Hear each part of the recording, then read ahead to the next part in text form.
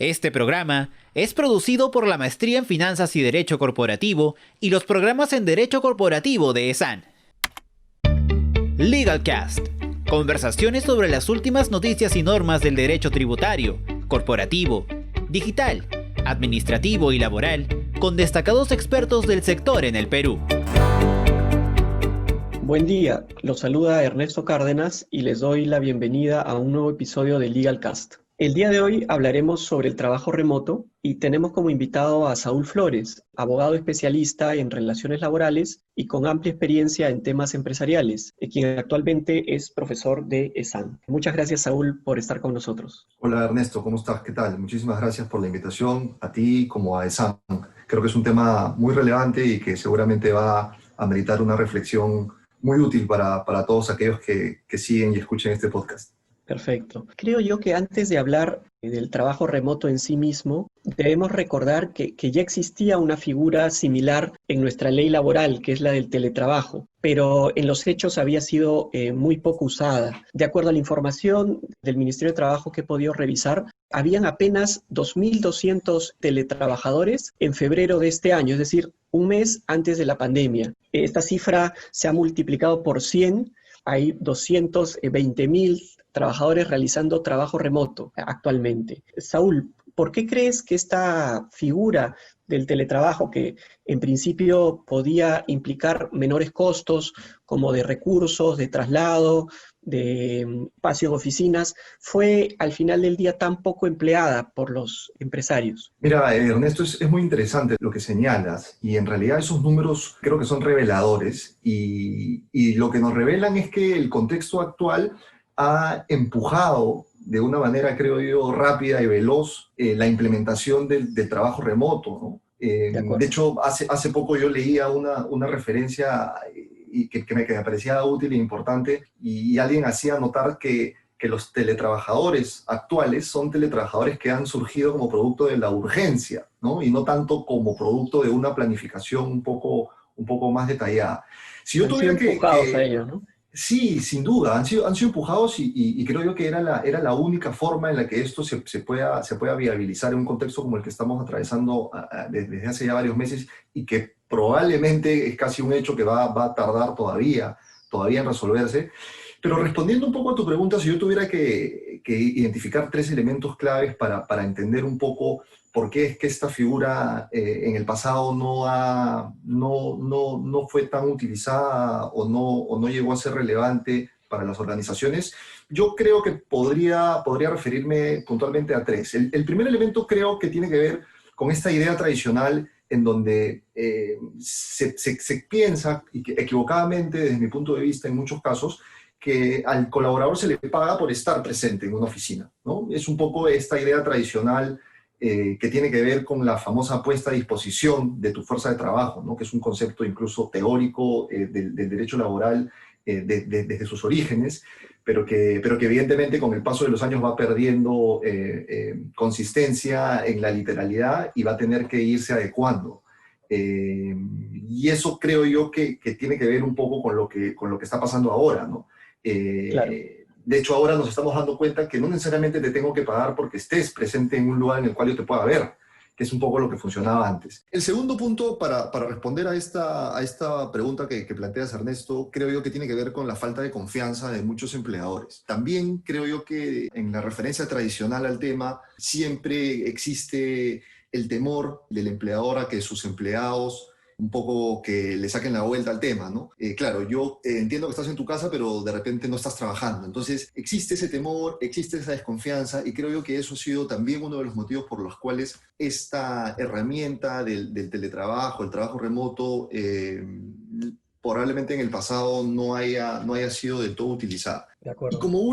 Y como último elemento, creo yo que eso es evidente y no me dejarás mentir, la legislación previa a la pandemia, en donde se regulaba el teletrabajo, era una regulación, creo yo, muy compleja.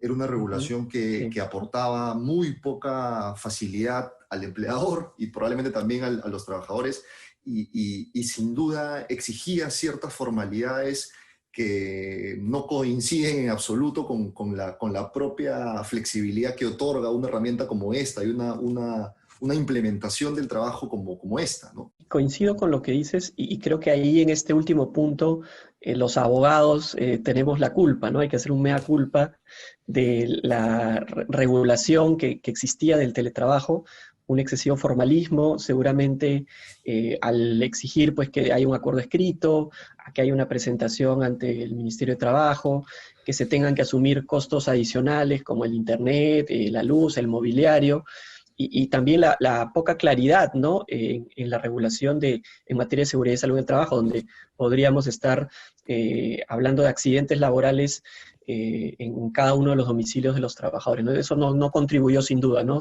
Estos tres factores al final, en su conjunto, pues explican las cifras como bien dices, creo. Ahora, ya entrando a materia del trabajo remoto, esta figura al día de hoy se puede utilizar hasta diciembre, dado que se ha extendido la emergencia sanitaria.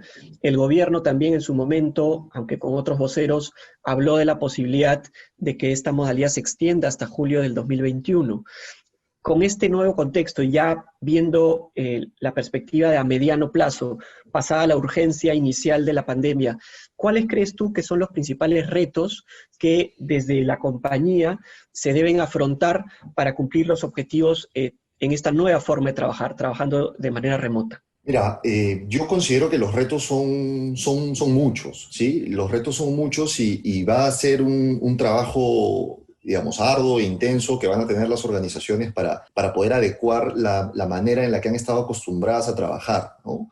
Y nuevamente, creo que es algo que te lo comenté en algún otro momento, pero lo que tiene que ocurrir es que muchas organizaciones desaprendan aquello que han aprendido y que han aprendido. Un cambio de chip.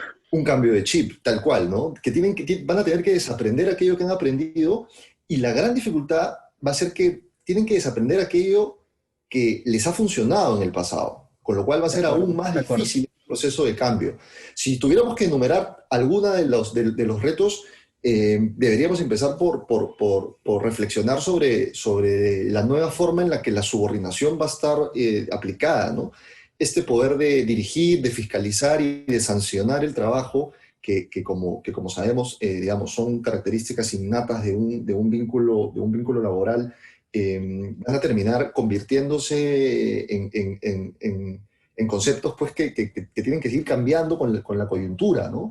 No es lo mismo fiscalizar a un trabajador a quien tienes en tu misma oficina a que tengas que fiscalizar a un trabajador que está en su casa. Entonces, ese primer reto va a ser el de pensar nuevas formas, ¿sí? Nuevas formas en donde esta subordinación tiene que entenderse.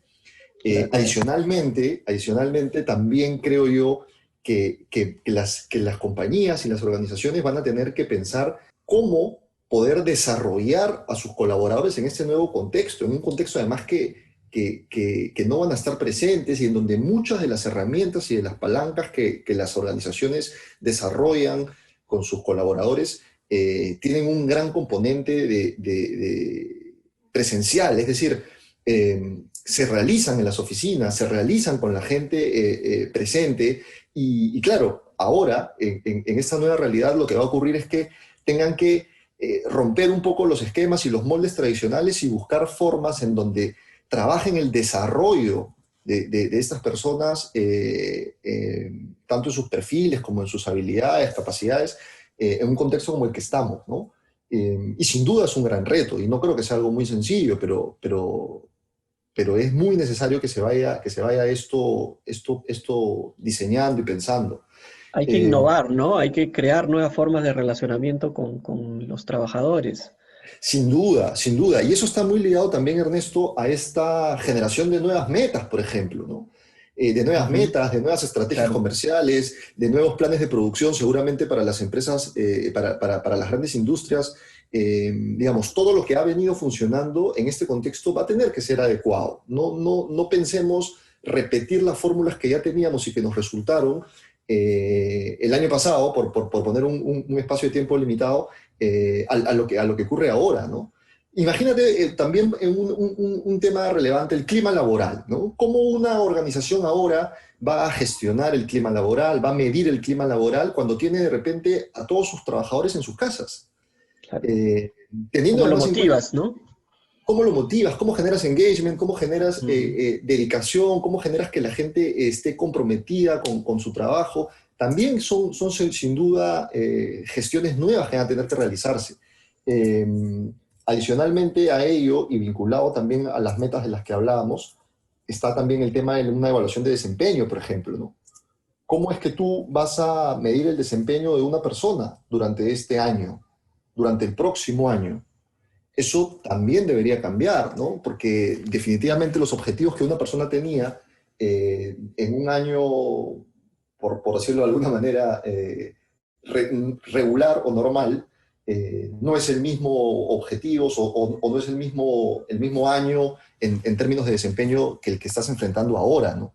Ese Eh, punto, Saúl, disculpa la interrupción, me parece clave, ¿no? He escuchado incluso de algunas empresas que están cuestionándose el tema del desempeño para este año 2020 y claro, también para el que viene, dado que este ha sido un año atípico, creo que nadie va a llegar a las metas, seguramente salvo a contadas empresas que han visto sus actividades aumentadas o incrementadas, pero en concreto, incluso algunos están planteando la posibilidad de no evaluar este año, que este año sea un año en blanco, no existió. ¿Tú qué opinas sobre eso? Mira, a mí me parece una alternativa, creo yo, simple, sin embargo, no me parece lo recomendable, ¿no? Digamos, la evaluación de desempeño como herramienta, digamos, se encarga de gestionar y de brindar información relevante en un montón de aspectos. Y creo yo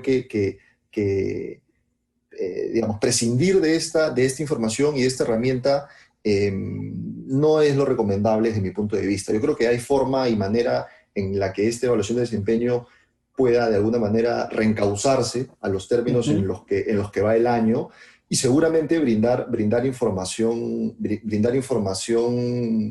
adecuada, idónea, ¿no?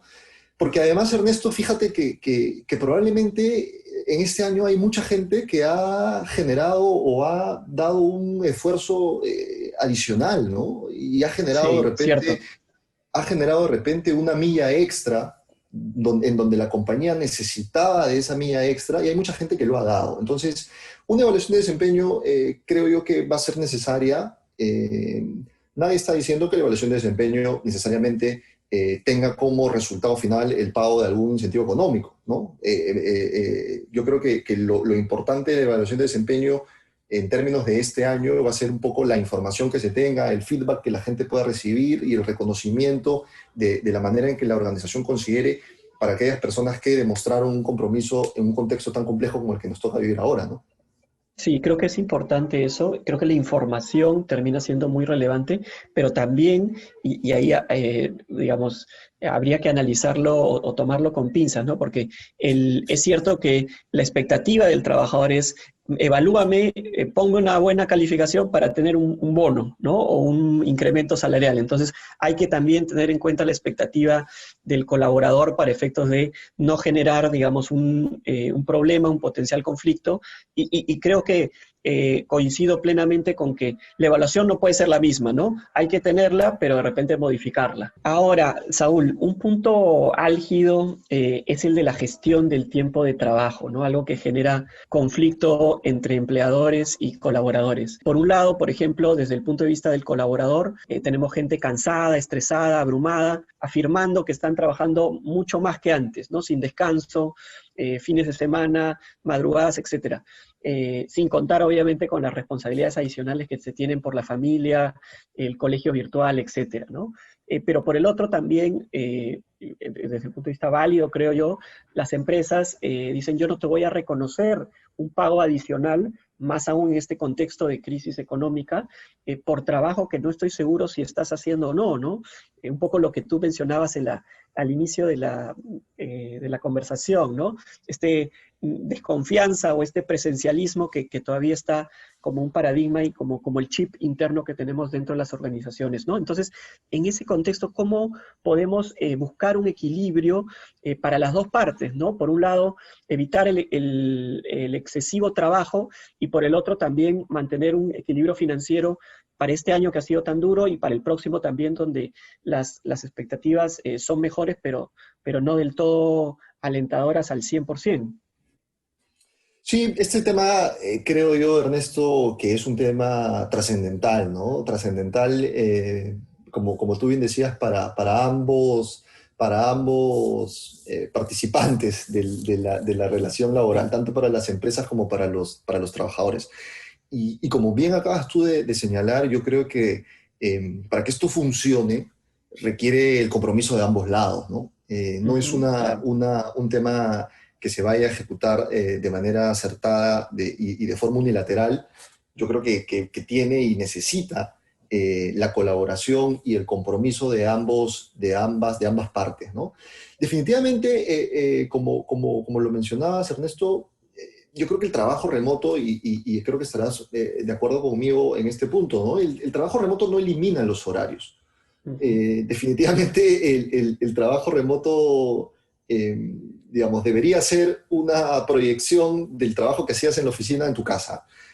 Sin embargo, es evidente que existen pues dificultades materiales propias del trabajo en casa, ¿no? Y no es falso decir que muchas personas, incluso en donde me incluyo, que no estábamos preparados para trabajar 24, digamos, no estábamos preparados para trabajar a tiempo completo en nuestras casas, ¿sí? Claro, Y eso es claro. una realidad, y sobre esa realidad hay que trabajar y hay que ser conscientes de ello. Eh, Concuerdo, Saúl, con eso. Me parece que la línea de principio es que el trabajo remoto no significa que no haya horarios, ¿no? Lo has mencionado claramente. Y en esa línea, el reglamento que regula esta figura dice que la jornada aplicable es la misma que se tenía antes, ¿no? Salvo que las partes la cambien, ¿no? O sea, yo puedo cambiar el horario, la jornada, pero este existe, ¿no? Entonces, eso creo que es un buen primer punto de partida para abordar este tema. Sin duda, ¿no? Yo creo que eso tiene que ser algo que se implemente y a lo cual se le preste mucha atención. Al igual que las horas extras, por ejemplo, ¿no? Que es un tema también sensible. Sí. Y sin duda, las horas extras en este contexto, pues, no pueden prestarse a un aprovechamiento indebido, ¿no? Tanto como pasaba en el trabajo presencial, tendría que haber un sistema de aprobación de hora extra, un sistema en donde un Claro, jefe autorice un trabajo en sobretiempo cuando este trabajo en sobretiempo sea realmente necesario y cuando las circunstancias lo ameriten, ¿no? Lo que no podemos permitir es que se normalice el trabajo en sobretiempo, ya sea porque alguien lo necesita o ya sea porque alguna persona de manera indebida se aprovecha pues, del vacío de control que puede existir y genera horas extras que probablemente no sean necesarias, ¿no? Eh, sí, totalmente de acuerdo. Adicional a ello, Ernesto, también es real que probablemente esta modalidad de trabajo remoto nos va a tener que llevar un poco a la medición del trabajo, no tanto por hora hombre, sino más bien por objetivos, ¿no? Y por metas. Eh, y eso sin duda va a ser una herramienta poderosa para facilitar un poco la gestión del tema, ¿no? Eh, y ya está ocurriendo, Ernesto, y eso es una realidad, que muchas organizaciones están viéndose, digamos, afectadas por una mala gestión del tema con relación a que muchos trabajadores están de repente pensando si quieren mantenerse en la organización. Es decir, ya el respeto por la jornada máxima y por la jornada laboral dentro del trabajo remoto se está convirtiendo en una suerte de ventaja competitiva entre las compañías, ¿no? Yo creo que seguramente como parte de alguna oferta de trabajo en los siguientes meses, Sí, cuando alguien busque definitivamente. talento y cuando alguien quiera reclutar a alguien o quiera incorporar a algún profesional a su organización o algún colaborador a su organización, no tengo dudas que en esa carta oferta va a incluir de manera expresa el respeto a la jornada de trabajo pues, máxima y a los tiempos en un trabajo remoto como el que nos encontramos, ¿no? Y esto es muy curioso porque, claro, antes de repente en una carta oferta alguien pues ponía, no sé, cupones de día libre o cochera o descuentos en algún restaurante Y ahora lo que va a ocurrir con esta nueva normalidad es que en una carta oferta se incluya de manera expresa el respeto por la jornada de trabajo, ¿no? Pero bueno, eso es lo que va a pasar y seguramente, como te decía yo, ya lo he notado y he conversado con algunas otras personas y me han manifestado también mucha esta preocupación, ¿no? Y ahí, por ejemplo, existe un proyecto, ¿no? que busca plantear este derecho a la desconexión, ¿no? que va muy en la línea de lo que tú mencionas, ¿no? Pero dentro de la figura del teletrabajo como algo que va a quedar permanentemente más allá de la emergencia sanitaria y el trabajo remoto, ¿no? Ahora, no sé si coincides, pero para mí creo que tenemos que hacer un análisis más detenido, ¿no? de la conveniencia de incluir este derecho dentro de esta normativa. En primer lugar, porque a veces cuando las cosas se hacen apuradas no salen de la mejor manera, ¿no? Y en segundo lugar, y más importante quizá, porque si estamos regulando el derecho de desconexión del teletrabajador, un no teletrabajador podría decir, oye, yo también tengo ese derecho, ¿no? Entonces creo que hay que ser cautos y abordar el tema con un poquito más de calma, pero además de eso también coincido plenamente con lo que mencionabas, de que esto bien gestionado, bien regulado va a ser una ventaja, ¿no? Suena un poco irónico decir, oye, yo respeto la jornada laboral, pero al final del día creo que he visto desde el punto de vista de cumplimiento y de organización del tiempo, sí realmente va a ser una diferencia y una herramienta útil para ser más competitivos, para tener una organización más eficiente y para captar y fidelizar a los talentos, ¿no? Que es sin duda muy importante, ¿no? Sin duda, plenamente de acuerdo contigo, Ernesto. Y sobre el tema de la desconexión, es verdad lo que tú comentas, ¿no? Yo creo que todavía estamos intentando construir de manera adecuada los cimientos de esta forma de trabajo, que no tengo dudas que ha llegado ya para quedarse y para quedarse un buen tiempo.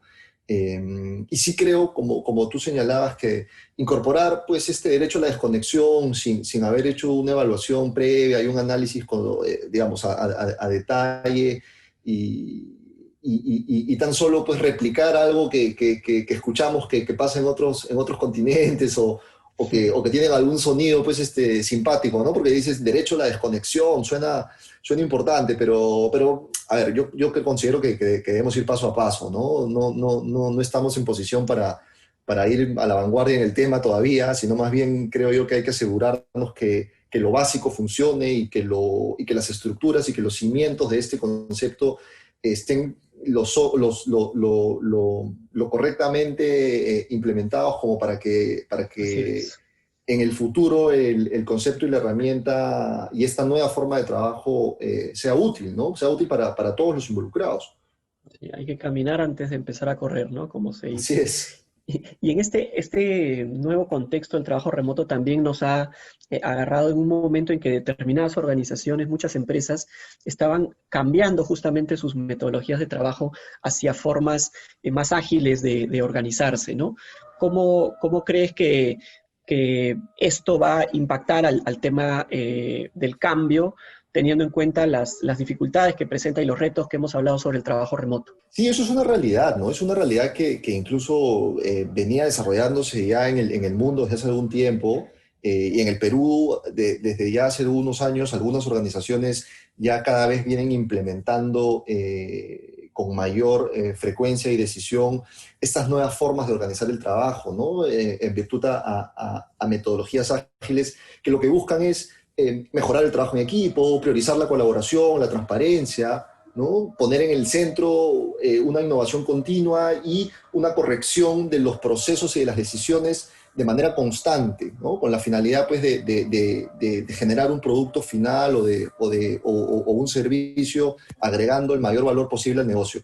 Y estas maneras y estas formas estas nuevas formas de organizar el trabajo basada en metodologías ágiles sin duda, pues han estado pensadas y desarrolladas en su momento para un trabajo presencial, ¿no? Esa es la manera en la que esto se venía desarrollando. De hecho, el espacio físico, el compartir, el trabajo en equipo de manera física, era pues algo que llamaba mucho la atención en estas nuevas formas de trabajo, ¿no? Porque claro, Así es. existen pues ambientes, espacios, una suerte de orden que es sin duda disruptivo a lo que ya existía, de lo tradicional.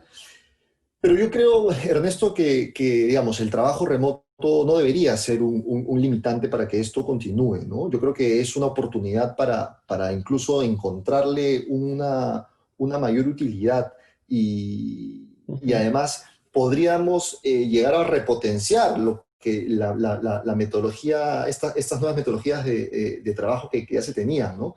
Eh, a ver, creo que el trabajo remoto todavía nos permite, bien utilizado, generar espacios de confianza para los equipos, ¿no? Puede el trabajo remoto también permitirles a estos equipos ágiles, de alguna manera, identificar tiempos para cada uno de los entregables que tengan en las distintas etapas del proceso en la que se encuentren. El liderazgo es sin duda pieza clave, ¿no? Sí, En este tema en general, ¿no? Pero fundamentalmente y esto, ¿no? centrándonos un Sí. poco en la pregunta, en este tema de del trabajo bajo metodologías ágiles, el liderazgo es clave, ¿no? Es clave y seguramente va a ser de mucha utilidad a pesar de encontrarse en trabajo remoto para que esto continúe sirviéndole a las organizaciones. Creo que lo importante, como bien dices, y ahí, digamos, coincido plenamente con lo que mencionas, es que dentro de este nuevo paradigma, ¿no? Hay que internalizarlo a la cultura de la organización, ¿no? Hay que todos beber de esta misma idea, ¿no? Y para que se produzca ese cambio, sin duda, el rol tiene que partir desde la cabeza, ¿no? Desde los líderes que, obviamente, con un nuevo liderazgo adaptado a estas nuevas condiciones que tenemos, tiene que ser pues más empático, resiliente, con plena escucha activa, entre otras habilidades, ¿no? Que para las cuales de repente los líderes no estamos formados para ello, ¿no? Pero justamente esta etapa nos permite cambiar también nuestra forma de hacer las cosas para adaptarnos a la realidad y que eso sea común no solo a los puestos de liderazgo, sino también a todos los colaboradores y a la organización, ¿no? De acuerdo, plenamente de acuerdo contigo, Ernesto. Ahora, un tema sensible también es el tema de la seguridad y salud en el trabajo. Este contexto pone a prueba un poco esta regulación que tenemos y que muchos califican como excesiva, ¿no? ¿Por qué decimos esto? Porque, claro, el empresario tiene miedo de, de estar imposibilitado de prever los riesgos que se puedan presentar en los domicilios de cada trabajador y que pase algo, pase algún incidente, un accidente, y que esto represente una demanda millonaria por un accidente de trabajo, ¿no? Por ejemplo, estoy trabajando hoy día en mi casa y tengo una conexión eléctrica inadecuada, no es algo que es responsabilidad mía, y sufro un accidente que puede calificarse como de trabajo, como laboral, y demando a mi empleador por daños y perjuicios. Esto que es típico y que pasa en cualquier tipo de empresa, pero sobre todo en las empresas de riesgo, están pensando en una labor de oficina, ¿no? Una labor presencial, una labor en una fábrica, en una mina, etcétera, ¿no? Pero en este contexto nuevo, Saúl, ¿cómo podemos hallar un equilibrio, una regulación que sea razonable, que sin descuidar el tema de la seguridad y salud en el trabajo, que sin duda es importante, no genere excesos y la necesidad de que un empleador, por ejemplo, tenga que supervisar y fiscalizar el domicilio y las condiciones eléctricas, por ejemplo, de miles de trabajadores, ¿no? ¿Cómo hallar ese equilibrio? Sí, de hecho es un tema complejo el que comentas, Ernesto, y en realidad creo que todos los que estamos involucrados en el tema sabemos que este tema ya merecía un equilibrio y un punto medio en un contexto pre-pandemia, ¿no? Claro. Con lo cual ahora se hace mucho más urgente tener claridad sobre este punto medio y sobre lo razonable que tiene que ser el tema vinculado pues a la realidad que tenemos ahora, ¿no?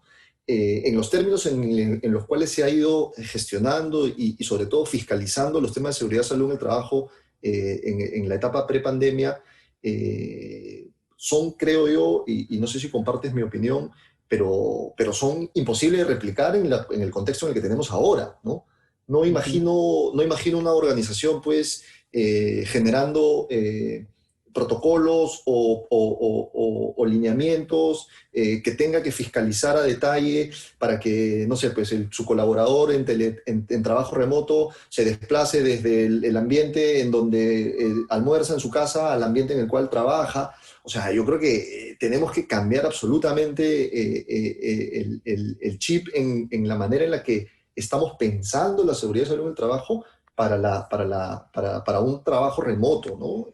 Y eso de cara a evitar excesos, ¿no? Y a evitar interpretaciones forzadas que quizás lo único que van a hacer van a generar una dificultad mayor a la que ya tienen tanto las organizaciones como los propios trabajadores en la dinámica de trabajo remoto, para la cual, como ya hemos conversado a lo largo de esta conversación, nadie estaba preparado. Entonces, yo sí creo que lo que deberíamos apelar y lo que debería sí asegurarse como ente fiscalizador o quien regula el tema debería ser que los empleadores no escatimen en desarrollar una labor informativa amplia, ¿no? Una labor preventiva, que compartan la mayor cantidad de información, de recomendación, de a lo mejor tips puntuales para que los colaboradores y los trabajadores que se encuentran en sus casas efectuando trabajo remoto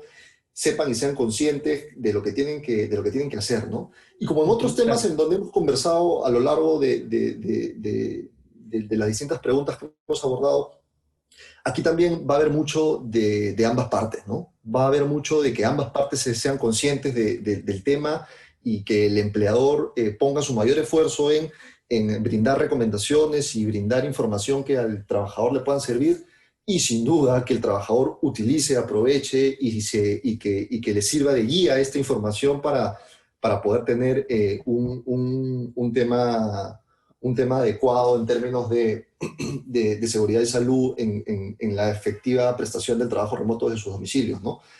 Porque lo otro sería pues inmanejable. No sé, Ernesto, cómo lo ves tú, pero en los términos en los cuales el tema se ha estado fiscalizando pues en la etapa prepandemia al día de hoy, para un trabajo remoto yo lo veo poco viable. Y creo que hay dos cosas que apuntar, ¿no? Apuntalar.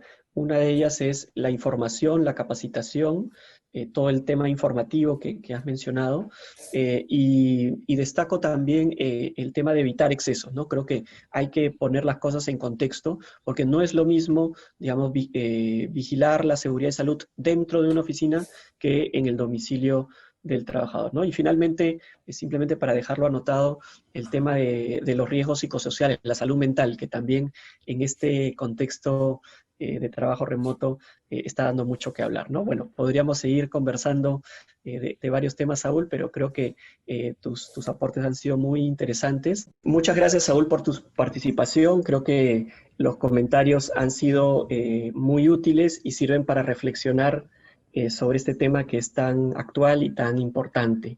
Te agradezco nuevamente por la participación. No, Ernesto, muchísimas gracias a ti. Creo yo que ha sido una conversación muy productiva. Este es un tema vital y que merece la reflexión que se le viene dando, y esperamos pues que el tema siga implementándose de manera correcta por el bien de todos. Creo yo que es un tema que nos interesa a todos, y ojalá que se pueda seguir dando de la mejor manera. Agradecerle también a ESAN por la oportunidad de invitarme a esta conversación, y nada, a disposición de ustedes para lo que necesiten a futuro. Muchas gracias, Saúl, y gracias a todos los que nos escuchan. Hasta la próxima. LegalCast. Conversaciones sobre las últimas noticias y normas del derecho tributario, corporativo, digital, administrativo y laboral, con destacados expertos del sector en el Perú.